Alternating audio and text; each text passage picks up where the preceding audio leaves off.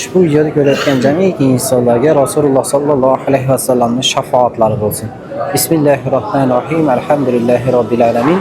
Aziz do'stlar, ko'rib turgan yeringlarda Rasululloh sallallohu alayhi vasallamning uylari bo'ladi.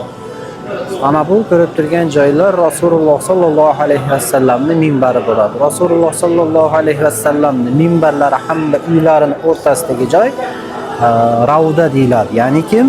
Yerdagi jannat bog'laridan biri. Alhamdulillah hozir mana guruh a'zolarimiz bilan Ravdaga kirdik. Allohimga hamdlar bo'lsin. Mana shu videoda ko'rib turgan jamiki mu'min musulmonlarga qiyomat kunida Rasululloh sallallohu alayhi vasallamning shafaatlari bo'lsin. Ushbu videoda ko'rayotgan ko'zlari Allohning izni ila jannatda Allohning o'zining jamolini ko'rsin. Ushbu videoda ko'rayotgan insonning zurriyotlaridan Madina-i Munavvaraning bo'lajak imomlari chiqsin, hofizi Qur'onlar chiqsin. Do'stim qarang, manfaatli bo'lish uchun yana ta'kidlab o'tib ketaman. Bu tepada Madinaning muazzini azon aytadi. Bu yer yana qayta aytyapman, Rasululloh sallallohu alayhi vasallamning minbarlari bo'lsa, bu yerda masjidda imomi namoz o'qiydi.